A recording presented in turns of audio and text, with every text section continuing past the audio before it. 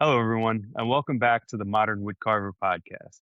Today, we're sitting down with Josh Arroyo, a woodcarver who specializes in character carving.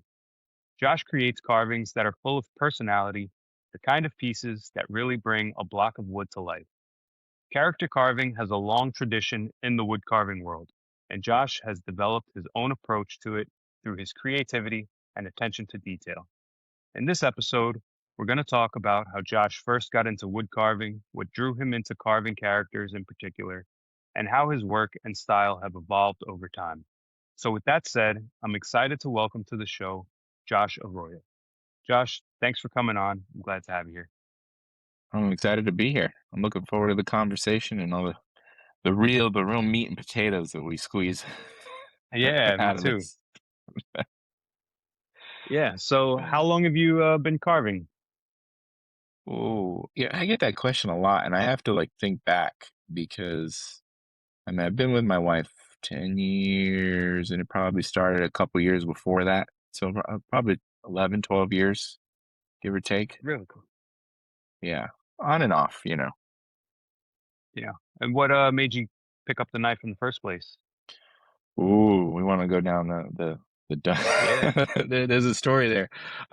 So I've always been, well, I can't say I've always. There was a certain point where I kind of realized that I liked doing stuff with my hands, and that within the 10-year period of carving, I think that became more apparent to myself. But there was always the kind of mystique of whittling and carving, being able to take, a knife and make stuff, outside out of twigs and branches and whatnot. And so I'm kind of an old soul in that regard. But I was actually dating a girl at the time, and her parents gave me, a knife and it was like a folding knife and something else. And that's kind of how it started. From that was like the push to like actually try something I'd always wanted to do, but kind of kicked the can down the road, and never got started on my own. So yeah, That's cool. it And actually worked out because that relationship wasn't so great. So it also became sort of a cathartic like thing to focus on. So. yeah. And now you have something to always remember the terrible relationship by with the Yeah, wood yeah. carving. I mean, we were young. I'm probably being ungracious, but yeah, that was how it started. And I think I remember they gave the knife, and they gave her dad had a piece of crepe myrtle, um, which I don't know if that grows everywhere, but it's really a horrible tree to carve, just I've in never every way even you heard can of it. imagine. Yeah, it's a beautiful tree. Like it grows like a weed down here. I mean, the shoots like go crazy.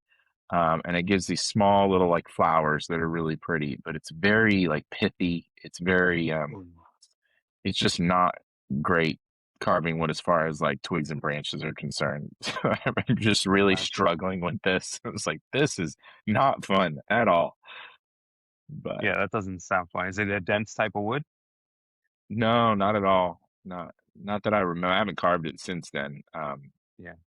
But yeah, it wasn't great. And then he had another piece. It was red cedar, which was like brittle and hard and awful. And I Yeah. didn't know about sharp tools. I didn't. I mean, the knife was just like out of the box.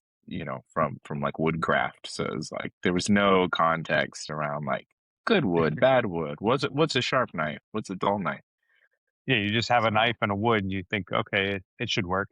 yeah, yeah. Like this Yeah. is how it's done. For Yeah. so I've never really carved much of sticks. I mean, as a kid, I would have like a pocket knife and I'd grab a branch and I'd just shave off pieces here and there, but yeah. never actually carved anything. But actually, the other day, a neighbor of mine has a fig tree that he just, I guess, pruned for the season. And there's Mhm. these big chunks that I kind of want to grab some and try carving. I don't know how well it would carve. It's green, so it should be Yeah. soft. But yeah, I might do that and give that a shot. Yeah, I mean, no harm in trying. I mean, when I, because there was a gap between starting carving and then like kind of taking it semi-serious and then like serious. And in that gap, it was probably around 2013. My wife and I, um, where did the book come from? I got a book called Whittling by Chris Lubkeman. And it was a Fox Chapel book. And Chris's thing is all twigs and branches, whittling in its truest sense. He got really well known for carving like roosters out of Y-shaped branches. And that book I kind of tore apart. I mean, I read that 38 times. My copy's in storage now, but if I was to take it out, I mean, dog-eared, completely like destroyed because I read it and reread it and reread it. And his whole thing, carve what's available to you. Free wood is the best. And I know he mentioned at one point in one of the books that like fruit woods, like orange wood and from fruit trees makes for good whittling material for the stuff that he does. Interesting. Never got to try it, but Yeah. Take his word for it. Yeah. I mean, I've tried carving cherry. That's pretty intense to carve. Hurts your hands and dulls your knife real quick. But Mm, yeah, I would like to. I'm definitely gonna steal a whole bunch of branches from his yard yeah, do it, and do it. give it a shot. Free is good. We like free. Yeah, what's funny is I worked in the picture frame world for many years, and most frames were made out of basswood because Hmm, they're carved. It's just the type of material they like to use for picture frames. And they would throw out an immense amount of basswood because you're making a picture frame and you have these really long lengths of molding that you're running. mm, So you're taking the board, and the board might have a large check in the end. So, like a big crack gotcha. or a Yeah. split or knot or something, or, it's so to prevent that checking from going further down the board into your workpiece, we would just lop off 2 feet, 3 feet, whatever that amount was. And we'd Right. have these gigantic 4-inch thick blocks of basswood by 10 inches wide by 2 feet. We would just chuck it in the dumpsters and they would That's throw it crazy. away. And so I would eventually, save as much of it as I could, but I couldn't save all of it. It's impossible. Right. It was Yeah, yeah, just yeah. so much. It's sacrilegious to know that like these companies are throwing out that much wood, but for what they're doing, it's useless.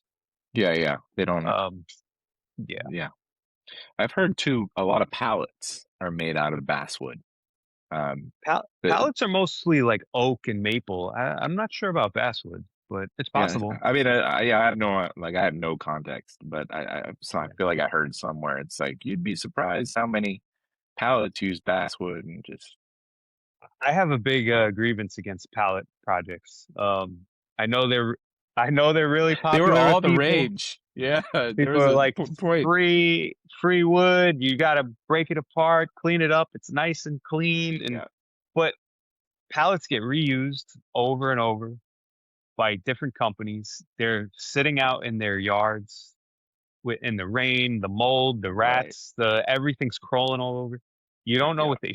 what they shipped on pallets. It could be chemicals. It's not always And, food. and you're sanding Yeah. that dust off and inhaling it. And then there's these guys that'll like cut it down and they'll make a cutting board out of a pallet. And they're like free wood. And meanwhile, probably ship battery acid, Yeah. or like batteries and the acid's dripping all over the Yeah. pallets. And like, yeah, These I can't. onions taste weird.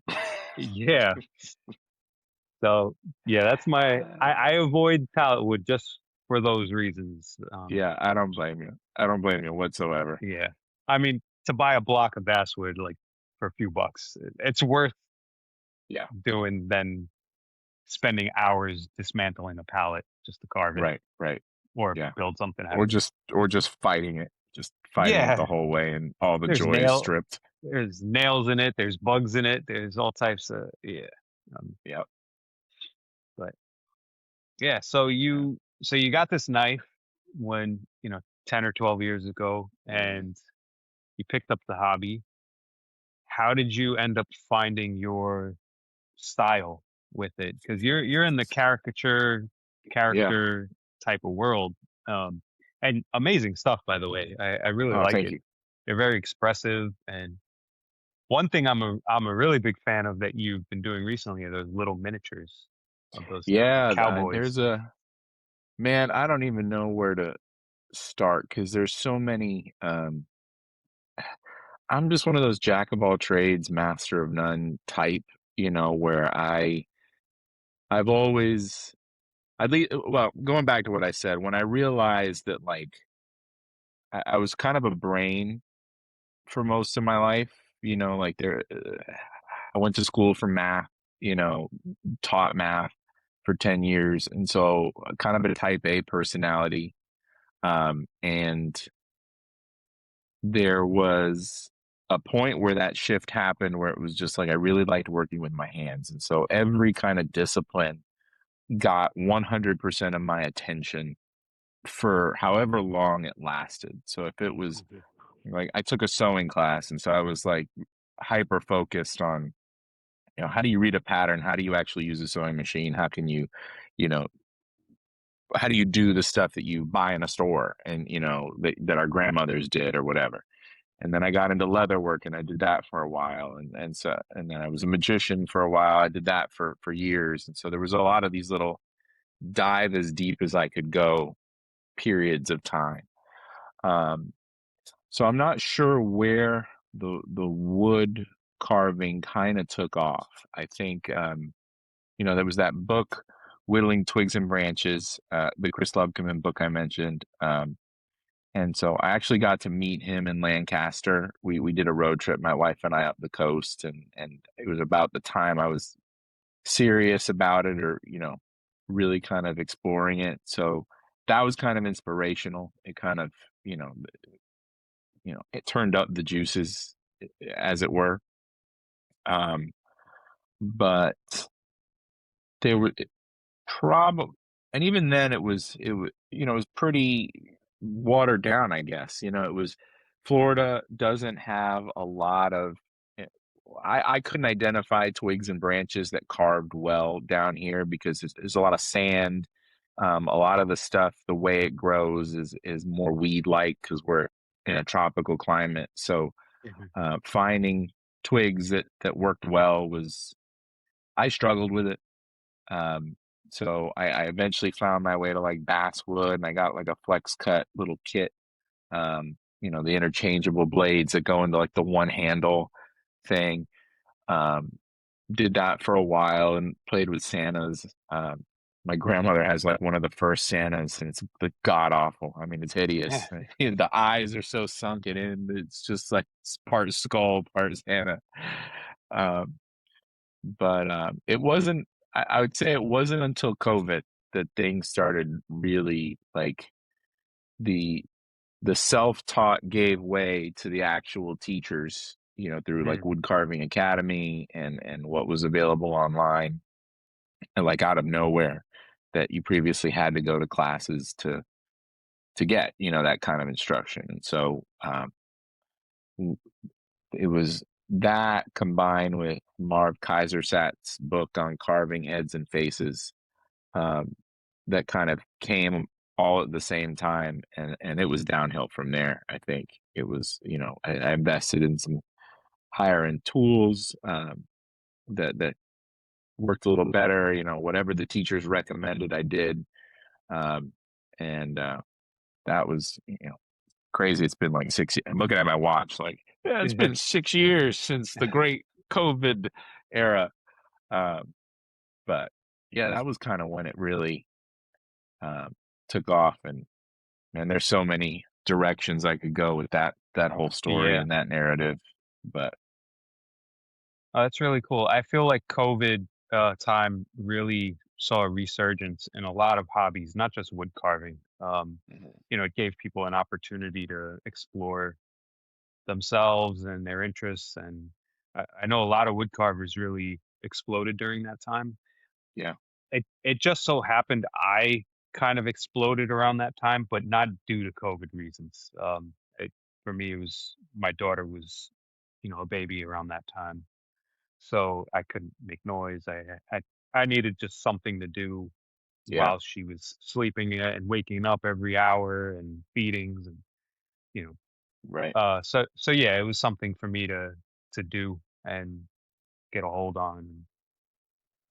But Yeah. you and I I think, are very no, go ahead. no, well, I think about that time a lot, obviously I'm in Florida. It was a very different, it's something I've become very attuned to as I've gotten older is that the reality for people, you know, uh, can be a very valid reality, but very different depending on where you were. So, I know you're in New York, and a lot of Yeah, my family's in the city, Queens, Brooklyn.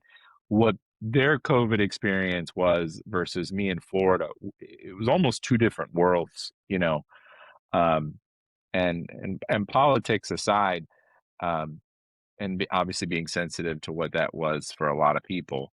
Um, it was I don't think we'll ever have an opportunity like that again for yeah, the creative potential of people to be just completely wide open. I mean, you had everybody who did everything suddenly online, needing to make money if they were teachers or if if they had a skill to share.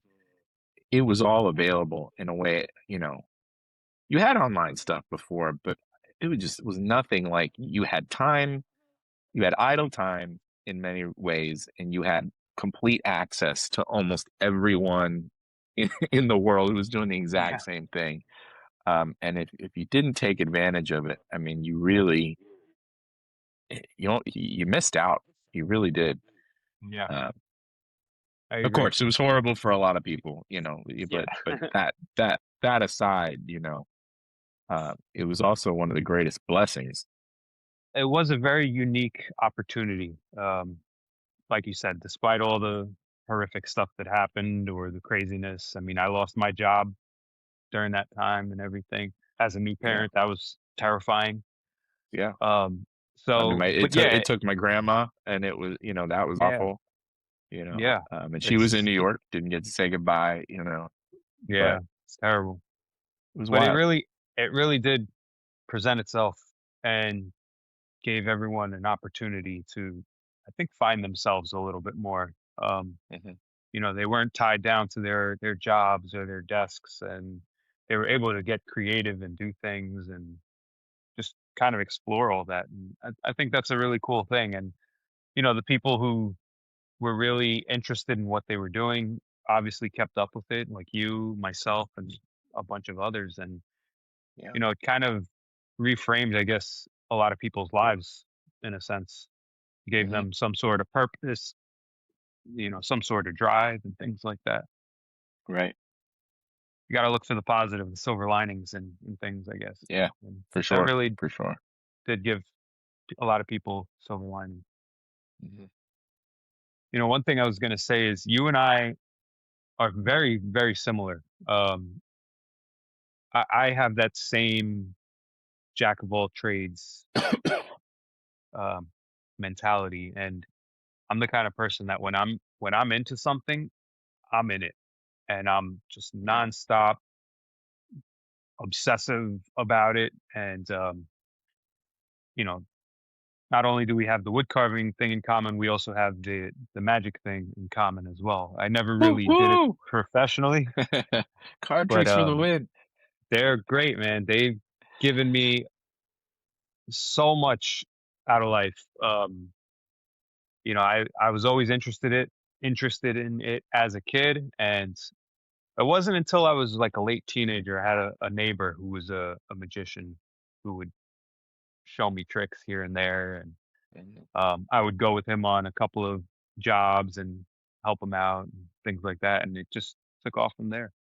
Yeah. Um, so it's still something. I carry a deck of cards with me everywhere I go, even though I Well, don't show people tricks. But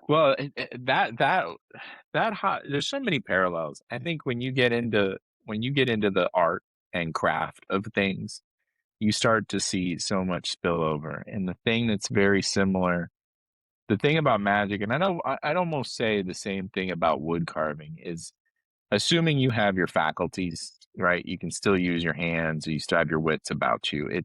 It's something that gives in so many more ways than you realize. I remember with card tricks in particular, but I feel this way about wood carving too, that you know, if you drop me anywhere in the world within reason, right? And Mhm. I needed to make enough money to eat or to have a place to stay, a deck of cards, and That's and all you and you need. could do it because you can create an interest, and Yeah. wood carving, put you somewhere and give me a knife, right? And if I have a means to keep it sharp, a little sandpaper or something like that, you can do something, right? You, Yeah. you have a skill that can't be taken. You have something that you could monetize, or you could, you know, barter Absolutely. with, or something like that.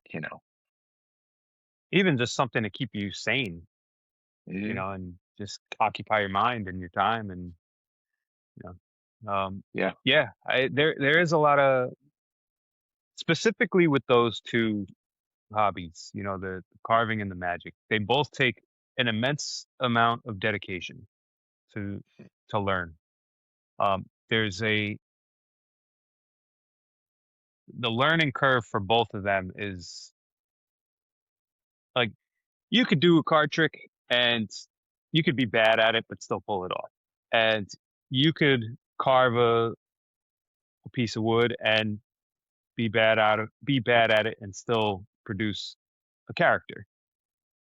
But the more you dedicate to it for both, like, you know, it, there's just an immense amount of dedication you need to perfect these things. And I don't think anyone can ever perfect them. I think they can come close, but yeah, it's just a lifetime of nonstop learning and Yeah. And hand there's skill so and many, patience.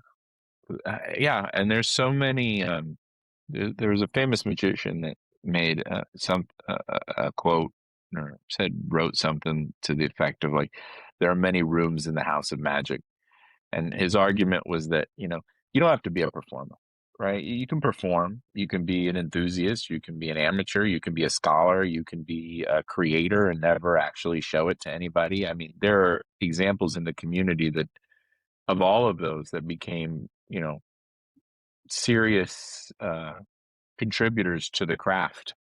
Yeah. And, they may have never stepped foot in front of an audience, and um, I think wood carving's a little bit different, but in both respects, there's so many avenues for exploration and so Yeah. many, there's always something to learn. I mean, there's not a carving that I've done where it's just like, oh, didn't expect that to go that way, or, a different way to think about it. Um, and then I always think of what's going on underneath, that, Mm. I tend to philosophize a lot of this sort of thing. And it's, one of the things I always enjoy when I carve is that, after doing it long enough, you start to just kind of understand what your tool will do and how the wood will behave, um, in an intuitive way. And it's not that you're thinking about it. It's just like this block of wood in particular is, I know that it's not going to allow for this thing that I might be trying to do, right? Or Mm. it's Yeah. I have to adjust slightly because it's just a little harder on this side. I don't know what it is. It's such a subtle communication, right? And you can explore, you can experience that with an audience and a card trick too. That you Yeah. start to go underneath the skill, uh, in some respects, and it's happening to you with you at the same time. It's weird to describe. Yeah. I can definitely understand. And I think most people will understand that as well when it comes to carving. I don't know how many magic nerds there are in the wood carving community, but Some um, people like, what the hell are these guys talking yeah, about? now a magic podcast. Um, Uh, yeah, back to your carvings though. You've been doing these little. Are they one by ones? Yeah, they It's start with a one by one block. So that all the backstory with that, I blame Jonathan Creason yeah, 100%. He is completely responsible. Um, and I don't know what came first because I saw Jeff Bailey. If you like miniature carving, Jeff Bailey, he's a CCA guy, and um, I met him once, and well, I'd seen his work at the Charlotte Woodcarving show maybe 2 years ago. I think he had a table, and then I met him last year, more properly, because I had miniatures at the time. Um, so he was like the miniature guy, right? yeah. And then it's always something you kind of want to try. And then Jonathan posted a photo of might have been a pirate, and I was like, I need to try that. And that was the end. I was You like, were hooked. this is great. So I like the miniatures. I I can't do them all the time. I could do like right here. I have a little mini little gnome guy. Yeah, He's out of a one by one. Um, it this was inspired by one of Doug Linker's videos, and any smaller than that, I want to rip my hair out.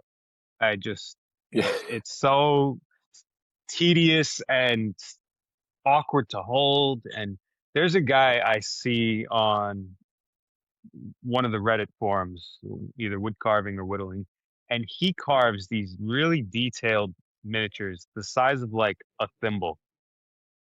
yeah, He had like I think a boot, and he did a little mouse and a couple other like, and I'm like, what is this guy using to carve these things? Like yeah, the tools have to be so insanely tiny.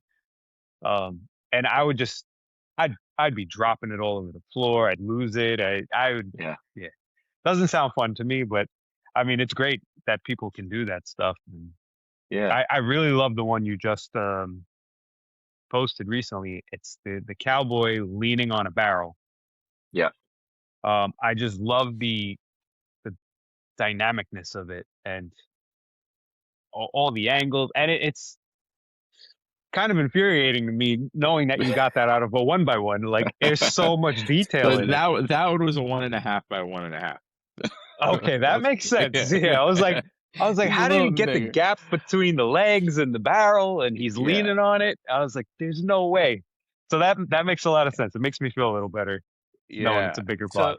So the thing about them that is kind of like I'm with you in some regard. Like there's when you get to the size of a thimble, like forget that. Yeah, Like yeah, it's nuts. I posted one that was like the size of a penny that I did out of a small block, and it was just a little figure a couple days ago, and that was just. I was sitting down watching the International Association of Woodcarver YouTube meeting on Saturday, and I was sitting on a chair, and I just wanted to fiddle, right? And then it was there, and but there wasn't a lot of joy that came out of that. It was more like, can it be done, right? The challenge of Yeah. it. But the thing with miniatures that I'm looking up because there's like a little army staring down at me over here. My wife calls them my little friends. Um, is that if you even if you don't go at like a one by one, because the reason it's a that I use a one by one is if you enter into competition, the general rule with miniatures, it has to fit in a 2 by 2 cube. Some competitions it's a 3 by 3 cube, the entire thing. Yeah. So if you start with a one by one, you only have to worry about one dimension, Okay. the height or the width being Yeah. under 2 inches. Um, but if you can do stuff at a certain size, it's kind of nice that you can. This has been so hard to describe for me to describe is if you've never done a full figure, right? If you've never done like a 7-inch figure or something like that, that's been your own design and not like a rough out, it can be hard to know where to start. Yeah, I Yeah. don't know how to like relieve, I don't know where to start relieving the legs, or I don't know how to like where do the shoulders end so that I can start a neck and a head. You can kind of get a little lost from the cutout, in a way that a rough out kind of shows you where to go. A Yeah. cutout leaves you a little bit more to the imagination that you have to kind of envision. And with a mini, and like I said, it doesn't have to be a 1 by 1, a 1.5 by 1.5 block, um, or a 2 by 2 even. You can get rid of a wood and get to the cutout very quickly, Yeah. and then you can start removing wood fairly quickly also. So you get to the point of where the next step faster without as much a commitment as a larger piece. So for me, it's been helpful that almost all the miniatures I've done, there's a part of my head that kind of knows the order of operations if I wanted to recreate it at a larger scale, that I'd feel much Okay. more comfortable doing that after having done a small version. Um, if I wanted to scale it up, if that makes any sense. Yeah, Uh, it makes perfect sense. I've done that plenty of times when I've worked on larger carvings. I always make a small, maybe not a mini, but out of a inch and a quarter block by inch and a quarter, or inch and a half by yeah. inch and a half. But yeah, that makes a lot of sense. I personally like the inch and a half blocks, and it's funny because it depends on what I'm carving. I like to do wood spirits, Mhm. and the wood spirits I do a 2 inch block. That's my go-to. I think they just look nice. They're chunky, and you can Yeah. get the nice beard and the mustache details. And I do the ones with the little hats on them and stuff. So it just makes for a really nice statement type of piece. But if I'm doing something more characterized, I like the inch and a half blocks Yeah. or inch and a quarter, whatever they come out to be. I'm not, too picky with the measurements. Right. Yeah. Well, the other thing for me too is I'm in an apartment. So I'm jealous of guys like you that have like you've got a bandsaw that you could go, to the basement Yeah. or out back and do the cutouts. And so a mini and these smaller, I do a lot of busts too, heads and faces. That's all stuff Yeah. Those that's are cool. within it's not a big commitment. I don't got to go to the club and ask, my buddy, hey, can you cut this out on a bandsaw? I'll see you next week. Yeah. Um, it's a necessity thing too. So do you end up buying a lot of rough outs because of that? If you wanted to do a bust or a bigger thing? Usually, no, no. I have quite a few rough outs from classes. I was kind of a Dave Stetson student, you know, uh, from the beginning. So I have a lot of rough outs from classes that he's done and a couple of that I picked up. But no, most of what I do comes from just a square block or a rectangular block and go from there. Yeah. So Yeah, that's cool. I mean, I'm lucky enough I have a small bandsaw to work with, so it speeds up the process a lot. Um, Especially when you're low on time, if you have a family and you don't have endless amounts of time to sit there and just remove chunks of wood. yeah, So yeah, I'm definitely very lucky to have that.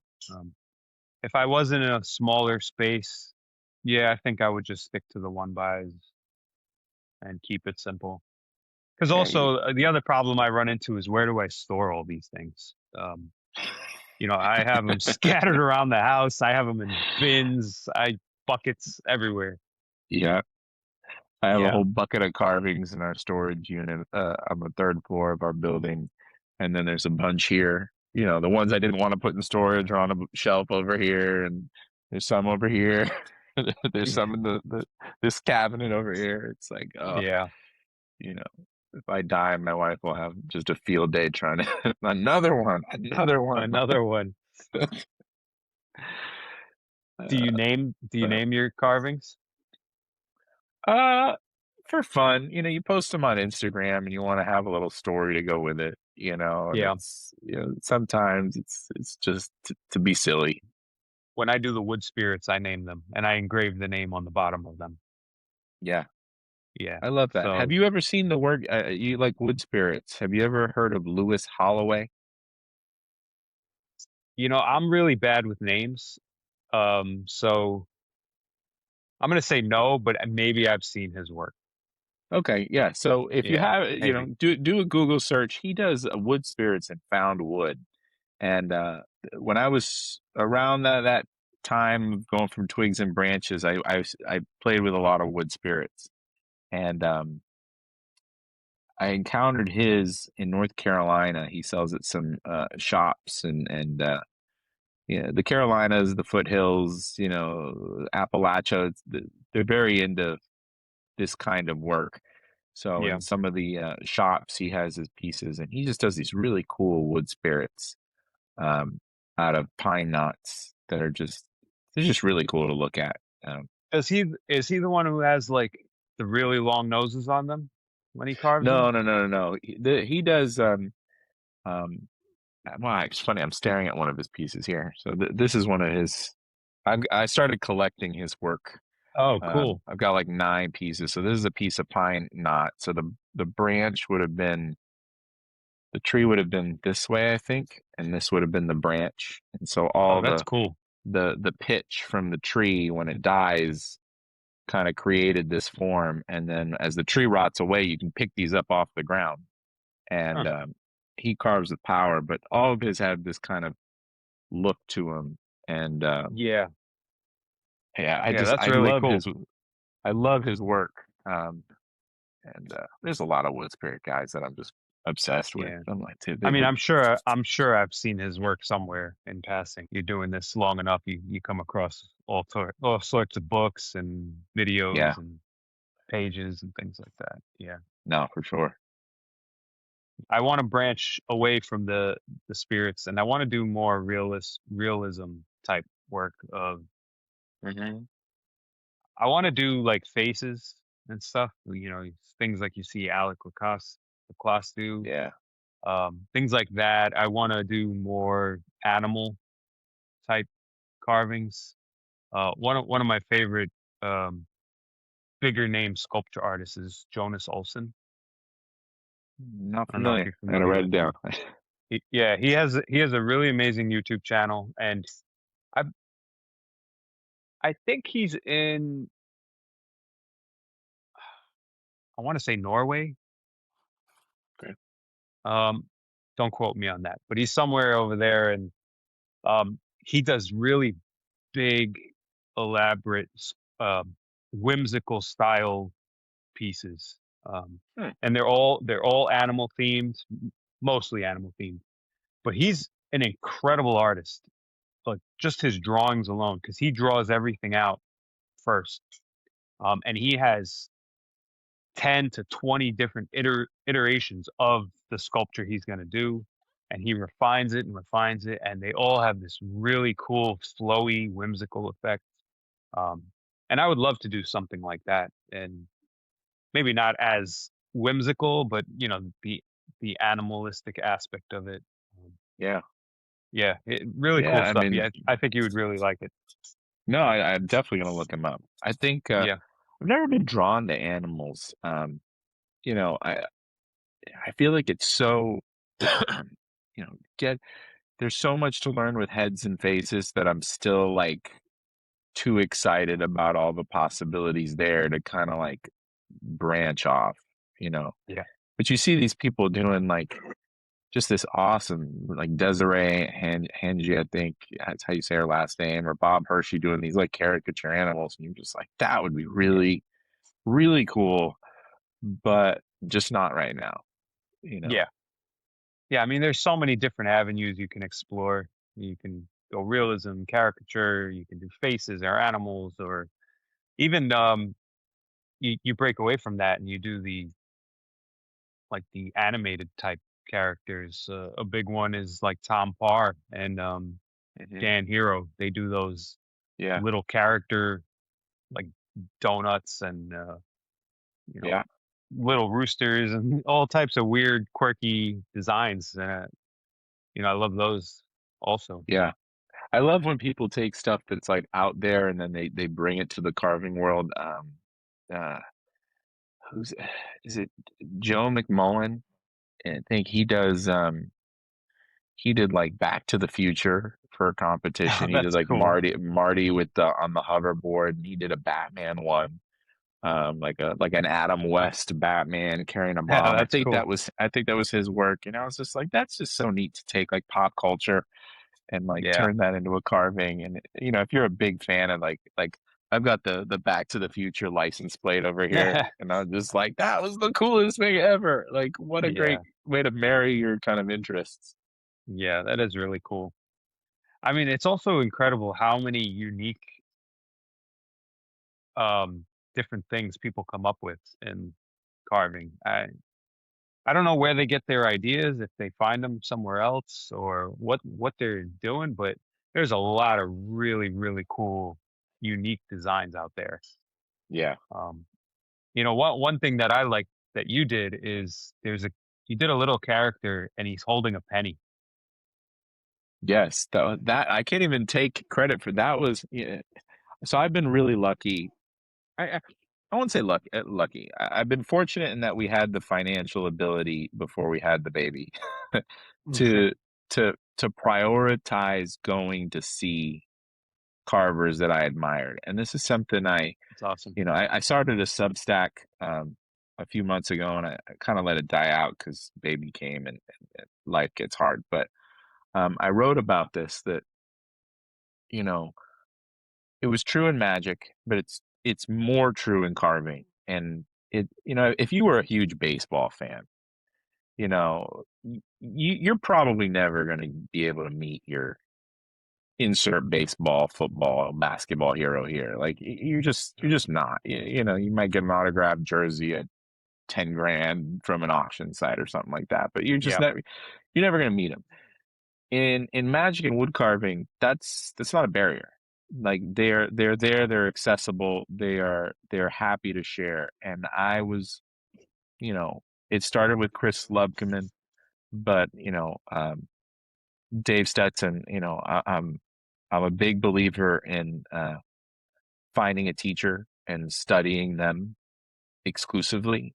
It's Yeah. kind of like a philosophical approach that I have, and Dave was the first one, and I reached out to him a few years ago, and I said, I'd love to meet you, to visit your shop. Is that an option? And at that point, we had corresponded. Like he knew I Yeah. wasn't just some Joe Schmo off the, like I was Yeah. serious. At least I think he's never said that. And I apologize, Dave, if none of this is how you thought about it, but this is how I thought about it. Um, and I took the trip to Phoenix and saw his shop, and same thing with Marv Kaiser Sat, big fan of his, and I reached out to a friend and was like, can I visit Marv's shop? A lot of carvers over the years have gone up to Minnesota to visit his shop, and I was like, while I have the chance, and there was so much value in that, for so many reasons. But one that penny carving of him holding the penny, that was a marriage of a piece that somebody posted online that I Hmm. thought was kind of neat. Um, and Dave had a small carving holding a penny that he had done, and I just married the two together after having seen the idea. Yeah. Um, and if you don't see a lot of carving and you're not looking for it, or leaving yourself open to kind of be fed by those ideas, you know, I think you miss out a little bit.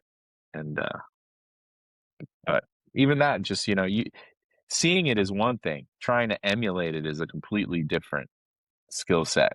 And then what it Yeah. takes to do the carving is another is an altogether separate skill set too, right? So Yeah. um, it can be a great learning um, tool. Yeah, that's really cool that you got to do that. And yeah, I've never met any of these other carvers. I met a few online and through these chats and stuff. But yeah, I think to physically be able to be in someone else's presence and see the hands-on experience and just the knowledge that can be shared between people is something extremely valuable. One day, I think I'll to be able to meet some of these guys and make that happen. Yeah. And I think Yeah, no, even very just cool. like seeking out wood carving too, like because that's, there was I don't know, and feel free to redirect me because I'll talk to a wall for 8 hours and be completely content.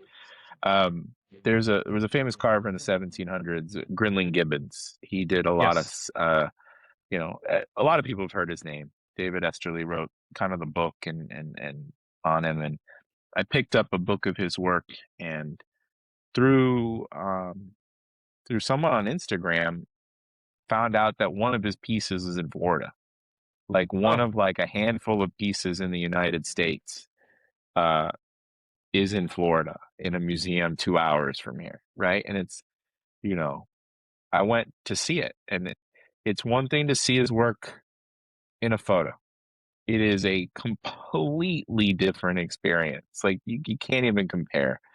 That yeah, it's just like, no, this thing is like 8 inches thick and so layered and so involved and planned that you're just, oh, that's what's possible, yeah, right? Like that's an option if you care enough. And then you see that and you can look at like what Mary May is doing a Grinling Gibbon style piece right now that she's posted a lot of videos, and you can marry those two together, right? It's like I've seen it in person. I know what it takes.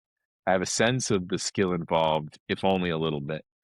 yeah, And now you're seeing someone do it in real time, right? And there's so much going on there, right? There's a lineage. There's this, it's inspiring. The same experience happened with Marv when I saw mhm, his shop. I mean, Marv is known for carving these ornate scenes out of a single block of wood. Um, and you see the photos. I mean, I've looked at the photos for hours and hours, but when you see it in person and you're like, you know, this cut couldn't have been made with any of the tools I have. So yeah, how did he do it? And then it's just like, yeah, I believe, Marv would make his own tools if he needed to get into a certain spot. I sure, believe that's true. So it's like yeah, you start seeing things and you start piecing together all this stuff that it's like the rabbit hole is so much deeper than yeah, than any of us know at the outset. yeah. I can relate to that because when I worked in that frame shop, it was it was a frame shop that specialized in antique restorations and antique replicas. So we worked with a ton of, really, really old frames, a few 100-year-old frames, 18th century, 17th century frames. And, as a picture frame maker, I'm looking at these frames and I'm like, how did they do this a couple hundred years ago with no power tools, chisels, and being in that environment where we're actually restoring them, and we would cut them in half and we would shrink them and make them larger and all types of weird crazy things. So being that close to these, works of art in their own right is was incredible just to see how they did it. The nails that they used were their own handmade hammered nails Mhm. that they would use out of whatever Yes, yes, iron yes. and scraps they had. And the other thing about that job that was really cool was I got to see all the art as well. Really famous art, Picasso's and Chagall's and Monet's, and all up close and personal. I could touch That them. I is could, so awesome. yeah. And what's funny is I'm not really a big. I appreciate the art, and I was not as impressed as a lot of the other people when they would come face to face with it. They're like, "Wow, that's a Picasso," and I'm like, I'm impressed by the name. Like, don't get me wrong. Like, okay, yeah, that's a Picasso. But I'm up close to it. I'm just like, okay. Like I'm not like Yeah. overwhelmed by it. Didn't move me like it moved some other people. Um, but other things move me, like the frames and the frame makers, and looking at the, the hand chiseled work and the details and the punch work and the sgraffito they would call it. The the scribblings and the gilding and all of that crazy stuff. All that stuff would really, really impress me. So it was a really cool environment being able to see that and, you know, touch it. One of my favorite frame makers um, is an American frame maker called Harrer. Maybe I'm mispronouncing it. But he had these really cool stepped frames, and he'd have all these intricate design details on it and some little carving elements, but nothing crazy. But one thing that I really love that he did that nobody else did is he signed the back of his frames, and he signed it by carving his name. And the way he did it was really cool because he would spell it out, Harer, and then he'd do one slash across the whole name. And that's what created the H and the A and it went through the R and then the E line. And Yeah. it was a really cool detail. And I think for that fact alone is why I really just loved his frames. And Yeah. they were all like that. Same style, same carved name and everything. Really cool. Yeah. Details are everything. I Yeah. think Devil's that's, in the details. yeah, always, always. And I love that, you know, I'm jealous of, I said my family's in the city, and you're close to New York. You got so many details. I mean, I mean, yeah, in a city like that, you've got you just got so much it's that, everywhere. Yeah. and I mean, I just started watching the I was a I enjoyed Downton Abbey. I think I might be the Hmm. only adult male that just like Downton Abbey. I don't know. Um, but he has another show on HBO called The Gilded Age, and it's all I've been about, hearing things about you that. know, and I don't know, I have no idea when it came out. My wife's uncle told me, "Hey, you like Downton Abbey? You like this?" And I started watching it, and um, back to what we were saying, where you go all in, right? Is I'm watching a show, I find out they have a podcast where they kind of talk about the writing, but the history of the show, what was going on in New York, kind of explaining some of the backstory. Like, if you don't know how New York ran at that time period, some stuff you get the gist, but you don't really get it, right? And they explain all that, and how much attention that these titans of industry, railroad magnates, put to their home, and the craftsmanship, and you know, it's all over New York, Yeah. in some regards. And it's, if you go to the Biltmore, North Carolina, you can see it firsthand, the masonry and the stone, um, sculpture that was, on the outside. And these artisans would put these little, um, funny things on the house. But if you don't know to look at it, or you're not paying attention to the details, you miss this funny little squirrel that's holding this acorn away from this angel, or whatever Yeah. obscure thing. And, wrought iron gates over here. And that's the stuff I really enjoy, because a lot of that I think it all feeds the machine. Yeah. And a lot of that is disappearing now, in the architectural aspect of things. I've been seeing it online too, here and there. You know, they'll look at these old school buildings that were made. I'm going to target specifically New York because it's what I know, but like in Brooklyn, there's the brownstones. They have those wrought iron gates, and they have the railings with these like little metal plates where back in the day when they would have horses, they would use the plate to scrape their boot off if they stepped in dirt. And all those little elements are disappearing now, and everything's becoming very modern, sleek looking, and there's no real Right. character anymore. Yeah. I like those little gargoyle heads and little details and little emblems that you would see on light switches and all types of crazy things. It was just, Yeah. you could see that people really cared about what they were making, like the Yeah. craftsmen, and I feel like now that's kind of dying down and it's losing its personality, and it's kind of Yeah, sad. 100%. I agree 100%. I love antiquing for that same kind of reason. You just look at how this stuff was made and you're just like, yeah, there's so much attention, and pride, I mean, if this was your life's work and you didn't take pride in what you were doing, you probably it Yeah, was probably a much more miserable existence, yeah. than And than it anything. makes you wonder too, like what was going on through that maker's mind, because some of this stuff is like these antique things are very weird.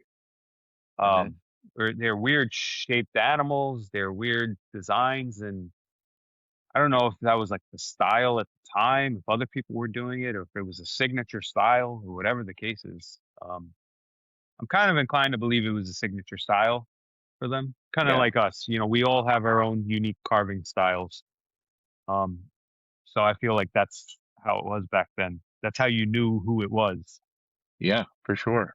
Well, then you figure it's funny is that you don't everything we experience now was happening then, right? You had I'm always interested, when you can kind of see, you've got like mid-century modern, and then you've got, Art Nouveau, and you've got all these things that like each, may have been separated by a few years, from one style choice to the next, but it Mhm. was so distinct to what it was. Yeah, You know, you I think of, you walk into the Empire State Building and you see that massive, the what's the I forget the style, but that empire look, of these like, um, Art you know what Deco. I'm trying to say. Art Deco, that's it. Thank you. This Art Deco look, and you can walk down the street and now there's, an Art Nouveau with very flowing lines and a lot of Yeah, curls and stuff, and you're just like, this is the same place, right? And somebody did it first, and somebody, was the go-to person for this look that designed this building or this painting or this, sculpture yeah, that's in the fountain, and you're just like, they were feeling the same influences, the same, desire to create something new yeah, and whatnot. yeah, definitely. Good. So I gotta ask. There's gonna be a hard question for you. Gosh. Nervous. If you were to pick your top three, I'm gonna ask you for both wood carving and magic. Top three biggest influences. Ooh, okay. Um, I mean, we'll start with wood carving. I go back to what I said, and this is something I think, like, I actually feel very passionately about this, is finding a teacher or find a person whose style you really like and copy the crap out of them. I Mhm. mean, and that's you uh it I learned that in magic, and it's when you get into a performing art, it's a little taboo, right? Because you don't want to be a second rate version, a second rate copy of somebody else, right? Yeah, Yeah, if I try to be David Copperfield as a performer, I'm just going to be a crappy version of David Copperfield, right? And that's something that's talked about in the magic community, where you're trying to come up with a character, a persona, yeah, that you can market and build and make a living out of. Um, and I think that's true, but I heard somebody say in the magic community that you have to try on your influences, right? That if you experiment with this character, or you like elements of this guy and this person, and then unless you played in that space, you you you can't really understand why that may have been a choice, or why that was necessary, or what that allowed for that character, right? There's certain things that this person could do because they have an accent, right? And mhm, so, you know, there's a lot of Spanish magicians that'll fool the crap out of you because they can play off. They're performing in English, but their first language is Spanish, so they can play with confusion yeah, in a way, right? And so how can I make that fit me, right? And so unless you play in that world of like, how does that work? You can't you can't marry it. And I think the same is true of wood carving. And so Dave Stetson was my first biggest influence. Yeah, I would say my biggest influence because he was the first class I took COVID. I liked his style. I was, I saw the photos of his work before, but I took five class. I mean, I can count one, two, three, four, five, six classes with Dave based on just the rough outs. Probably another two that didn't have rough outs. And every cut, the way he did his eyes, the way he laid out his face, and I did it a dozen times so that if you ask me how does Dave lay out a face, I can literally walk you step by step through how he does it. And that was so instructive because it became second nature. It wasn't like I was piddling around trying to make sense of it and then trying something else and going somewhere else and then and loosely studying something. Yeah. And and that was helpful. And so I'll add Marv Kaiser-Sat as the second big influence because that book that he put out, I read that book a lot. I tried it. I paused. I went to Dave and studied with his style for several years because it was on videos a little bit more accessible. Mhm. But then I've come back to Marv because now that book is easier for me to understand choices that he made. So now things that he did, I can put on top of Dave's frame. And now we've blended those two, And in the meantime, I've carved so much that there's a little bit of my style starting to creep in there. Right. So now it's Absolutely. a composite of Dave, Marv, and myself in this weird way. Um, and I think if you do that long enough, eventually your style becomes you know, that amalgam of all of them and in a weird way. I'm trying to think of who I would say the third person is. Um, Yeah, it's a tough question. I don't know if I could pick. Yeah. because the other ones that I've spent a lot of time with don't do the same thing. Like I'm a big fan of Ray Kinman, but he does Disney relief stuff. And so like I'm a Yes. Disney fan. I live in Florida, so like I love that. Lewis Holloway, the wood spirits. Um, if I was going to say someone right now, there's a carver named Dave Dion, and you can see him online. Dave in it's a lot of Daves in wood carving. That's true. Dave There is. Dave is in addition to being one of the kindest human beings you'd ever meet, he is unbelievably creative. And if you look at some of his work, um, uh, one of my favorite pieces of his, he did a gambler that, for obvious reasons, he's holding a deck of cards and he's doing a second deal, and he carved this huge piece, and the way he designed it, the way he thinks about how the base should be designed in conjunction with the rest of the carving. It shouldn't be something that's added after the fact. It's part of the composition, and the way he thinks about how to combine elements so that you know I can put it together and I can take it down without worrying about it or the structural integrity of the piece. I will use one piece of wood here and another piece of wood here, and because the strength differences. um, he's unbelievably creative, and everything is very consciously done. um, so that was a lot more to the question than you I only answered the No, wood that's carving one. that's perfectly uh, fine. Yeah. No, I uh, like hearing all that. Magic is tough. Magic is almost impossible because it's just every season is different. Yeah, there's And different if you like, genres and styles and techniques y- and yeah. yeah, there's certain guys that handle things a certain way. The way their hands move, Yeah. is really nice to watch. And so those guys, I spent a lot of time. How does this look? Even if I'm not trying to trick you, how do I move Yes. cards from hand to hand? How do I move coins from hand to hand? Um, there's a lot of Spanish magicians that just do beautiful work. The schools of magic, the China, Korea, they have like a school, like a philosophy almost, a style that they kind of focus on. Spanish got a school, um, so you kind of fall into Yeah, your little there's tribe weird depending different on. pockets. Yeah, Yeah. there's so many guys. There's a just thinking Pipo Villanueva. He's out of Spain. He's really clever.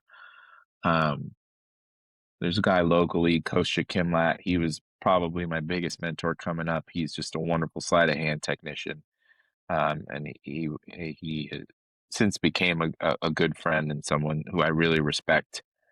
Um, Influenced a lot of my thinking on business and how I think about carvings because of Hmm. working with him in the magic community. Um, Pop Hayden, he's a great character he lives in Las Vegas, I believe, and he's just got just a fun character. Terry Ward. I'm just throwing names nobody would know, but Yeah. they I don't they all I don't have even an know them. element. Yeah. Yeah, they all have an element, and they're workers. They're doing the work.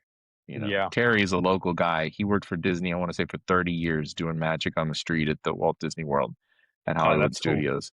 I mean, you're doing 8 shows a day, 7 days a week, 5 days a Yeah. week for a different audience from all over the Yeah, world. thousands of people every day. That's got to be I mean, intense. this man has seen everything, right? Yeah. So, I can't imagine the amount of heckling and, you know, because you run into that doing magic. It's just an unfortunate oh thing. yeah, yeah, People yeah. people You want to have call to you out. think on your They want feet. to.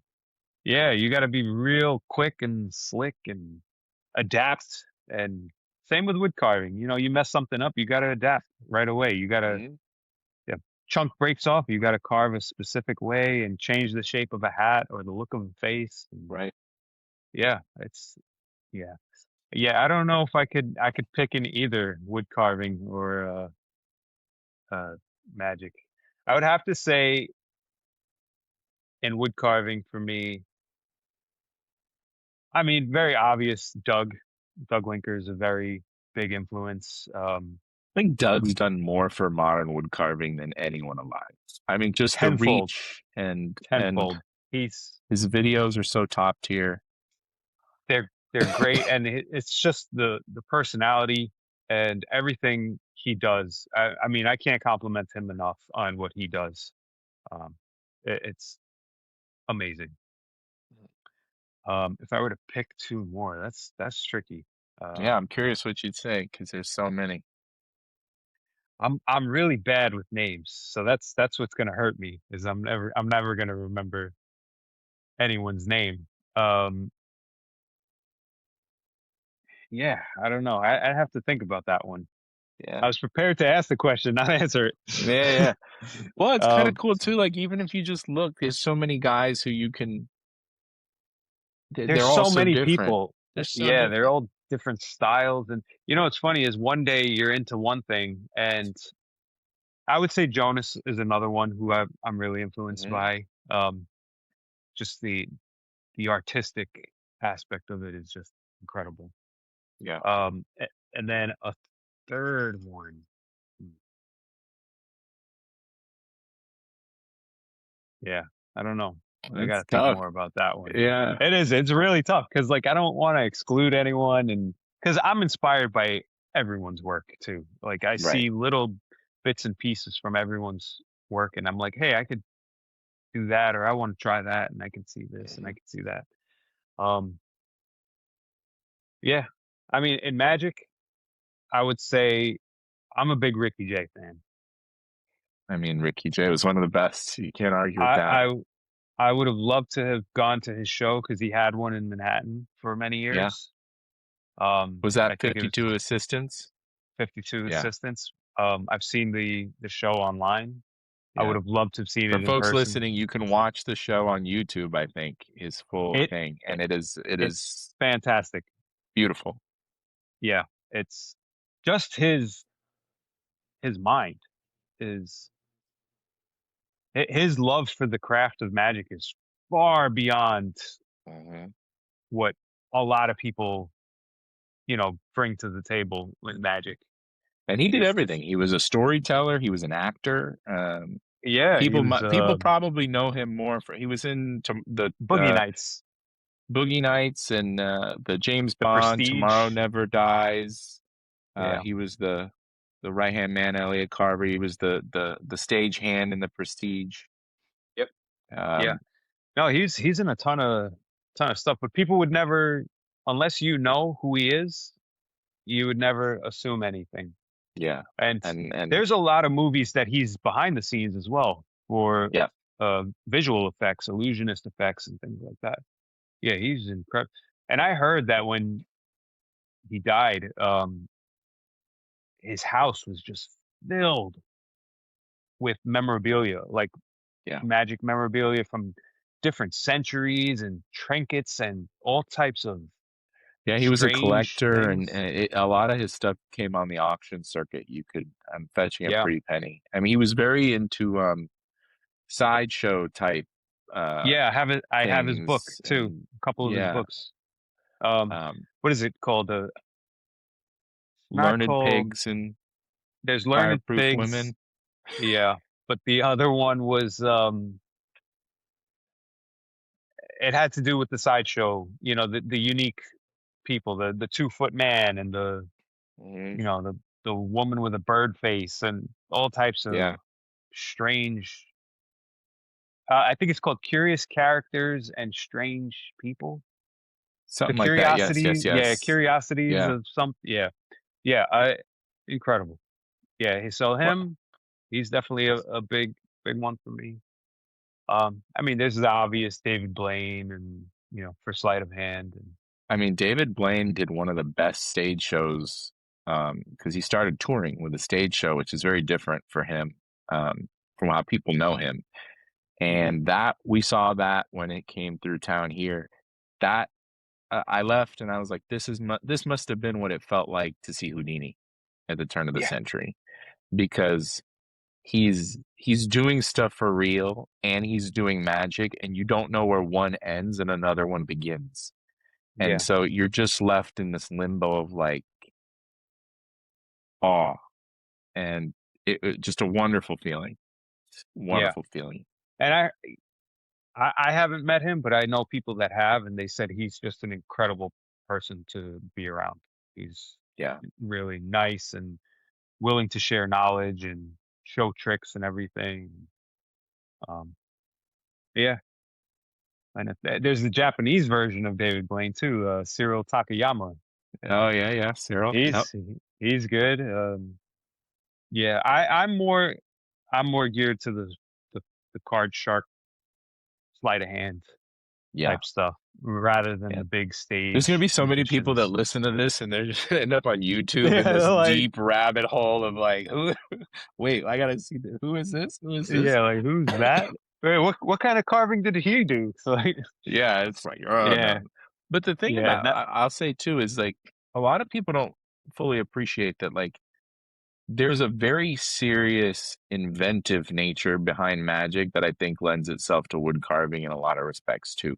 In that, um, you kind of mentioned it before that, Ricky Jay was a consultant for film behind the scenes and how to create these illusions. I mean, uh, the people that build stuff on Broadway hire, Aladdin was a big Broadway hit. The mhm, flying carpet was designed by Jim Steinmeier, who's a very famous illusion builder. I mean, and you have to know your way around, art, proportion, how people see things, yeah, you know, you there's so, and we do the same thing in relief. I mean, how do yeah, you make something look deeper than it actually is, playing with light and shadow and color, and how does color feed into the illusion? I mean, absolutely, it there's so much connected between the two that it's you studying one helps the other. I mean, yeah, it can't not in some respect, even if you just don't learn a card trick, but study how illusions yeah, were made. There's a lot. yeah.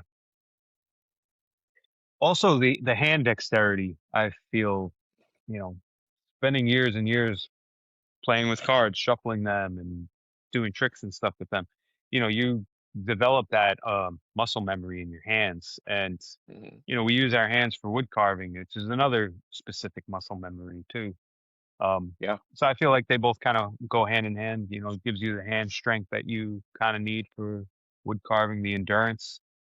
Because when you spend all day just fiddling around with a deck of cards, you're building up that strength, that hand, that Yeah. what do you call it, that stamina that you Yeah. kind of need for wood carving for long sessions. Yeah. Or that awareness in space, like I think Yeah. that's always interesting too. And I've like sat with people and taught them some things, and it's not just wood carving. It's interesting that some folks have a more keen awareness of where things are, right? Three-dimensionally, and when Hmm. you know, um, that's another thing that lends itself, right? It's just like where are people in relation to myself, so that Yeah. something isn't revealed that's not supposed to be in a coin trick, for example. Uh, same kind of thing. I think being able to think in 3D is it's helpful. I don't know how much actually translates. I always wonder how much actually translates, but I feel like it does. I feel like there's a sense of something carrying over. Uh, Sure. And I think, I mean, we've been going off on a tangent about magic and wood carving, but I think there's plenty of other hobbies that you and I don't indulge in that other people do, other carvers might indulge in, that they can take elements of their own other side hobby and bring it into the carving world as well. Like maybe they're into clay sculpture and that's its own mhm, similar, or you mentioned leather work, and there's different tools and techniques and ways you have to kind of attack things in other hobbies that right. you could benefit from in wood carving, Oh, and vice 100%. I versa. mean, sharpening my leather working tools helped me sharpening my carving Yeah. tools. I mean, I had one skill before I had the other one, just because of that. And I think it teaches you precision, leather work for I think that's a great example. It has to be exact. If you care about how it looks, you need to be within a couple of thousandths of a millimeter in Yeah. terms of your templates and your holes, and there's wood carvers that they follow their pattern religiously. And I remember, I think Myron Compton, who does these amazing cowboys. I remember asking him, how he does this, and I think he said something like he uses calipers. Once he has his pattern, he is using calipers from the pattern to the wood. So everything is exactly, he's following the pattern to the T, you Yeah. know, and I mean, that's, So everyone's brain works differently. They have their methodical ways of doing things, and some people are a little more free flowing and just let the wood dictate where it's going to go, and others need that hardcore dedicated pattern and Mhm. that regimented step by step. This is how it's going to go. Yeah. Um, yeah, there's a whole crazy world of wood carvers and how they do things, and you know, more than one way to And it, skin a cat. Like they yeah. say. And And it's fun. It's fun. yeah, I think that's it's, and that's all that really matters. I mean, as long yeah. as you yourself are enjoying the hobby and the craft of it, no matter which way you go about it, if you stencils, if you gouges or knives or razor blades, however you use it, as long as it's bringing joy to you and you're being safe doing it, Yeah. that's all that matters. 100%. 100%. Life's too short. There are no rules, Yeah, you know. You almost got to let go of how tightly you hold on to things. of Um, course. that's always been something. I've heard a few wood carvers, that had beautiful pieces, and they're just, I don't know if it's because they're older, they've been doing it so long, they've messed up so many carvings, but they're just like, it's just a block of wood, That's it. you know, Yeah. it's just a block of wood. You know, It's not. I've said this before in another episode.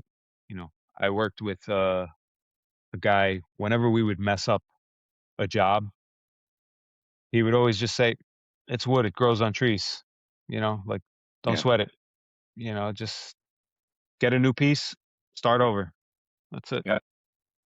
Yeah. And it's hard because like you spend hours and hours working on it, but sometimes you got to just disconnect yourself from it. And there's always something to be learned from your failure with it. You'll learn how to avoid that mistake next time. Yeah. Oh, So, 100%. And I think if you're like me, it helps you to. I've gotten a lot better. So I'll tell you that there's a carving up here. It's a Santa from a Dave Stetson class, and there was a part of the Santa that didn't take the paint mm, the way I wanted it to. It was the wood. It was nothing I was yeah, going to do. I didn't do anything wrong. I carved off the paint, tried to paint it again. It didn't make a difference, right? It was the same spot, and it was driving me crazy. Just kept eating at me, kept eating at me, kept eating at me. But I'm kind of anal like that. Like I will, I'm nuts. I will show my wife a carving, and I was like, "Can you see the problem in this? yeah, Like, do you see where I'm stuck?" And she's like, "You're out of your mind." yeah, And that's how I've always been. I have that temperament.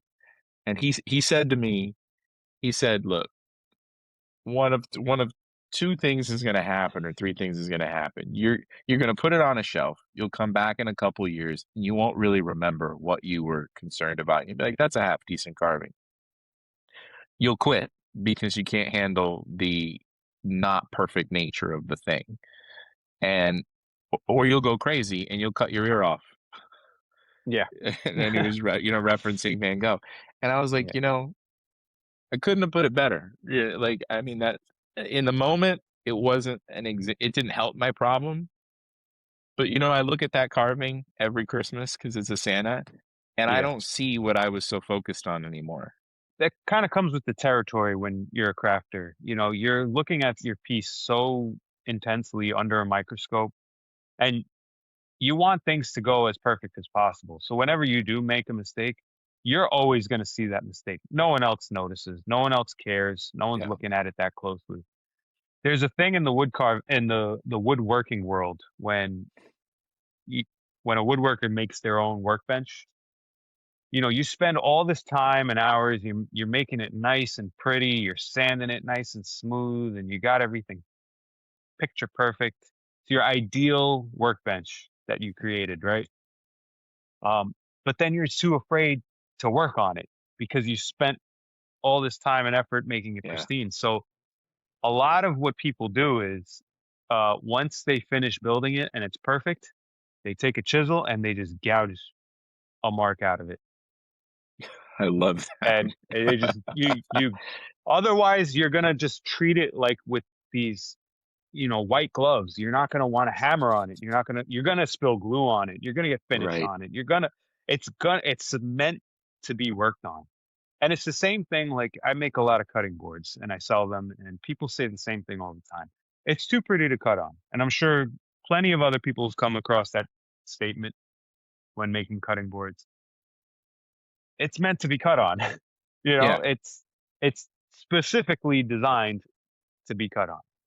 Yeah. So that's what it's there for. It's a useful thing. So just get that knife mark out of the way and I love that. keep going. It's funny. My wife got me a watch for Christmas, and it was a nice watch.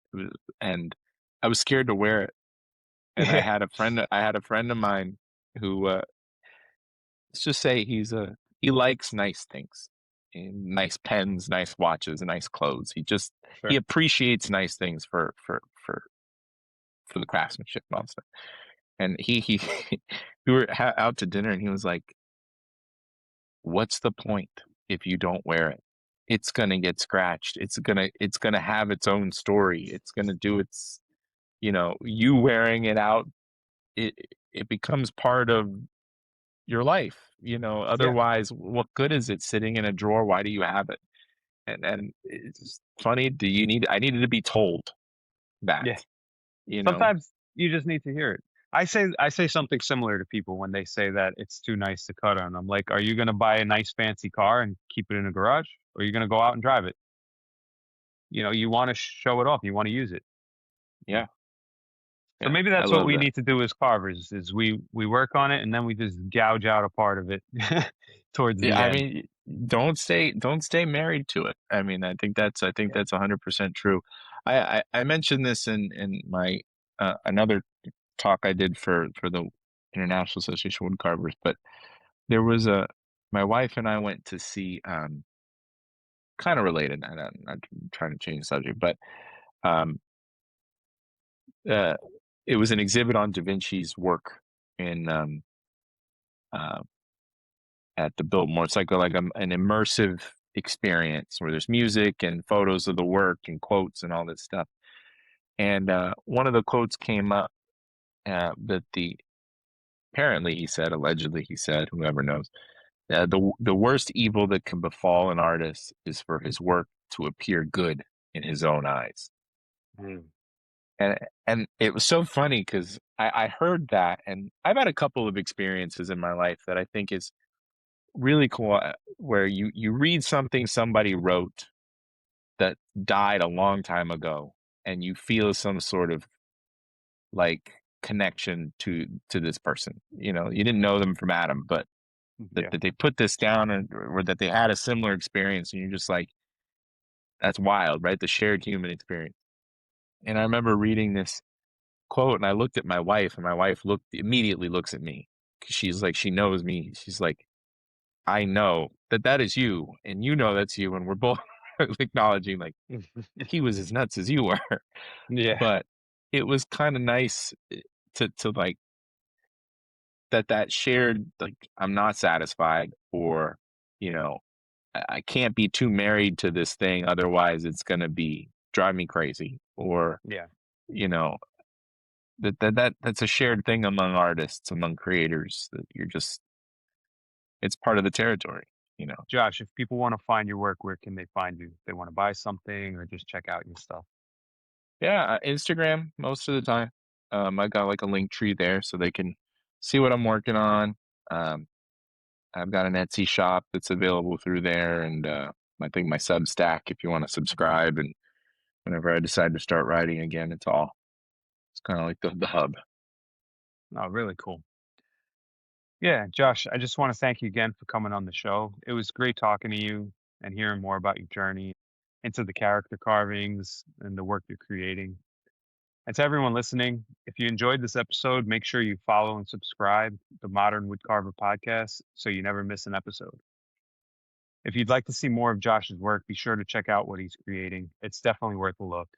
You'll really enjoy it. And there's a great ton of information on his page. And you mentioned that I guess blog Yeah, that yeah, you're yeah, working pretty on. much. Yeah. Yeah, Yeah. I checked that out too, and a lot of really great stuff in there. So check out his thank work. you, thank you. It was a great.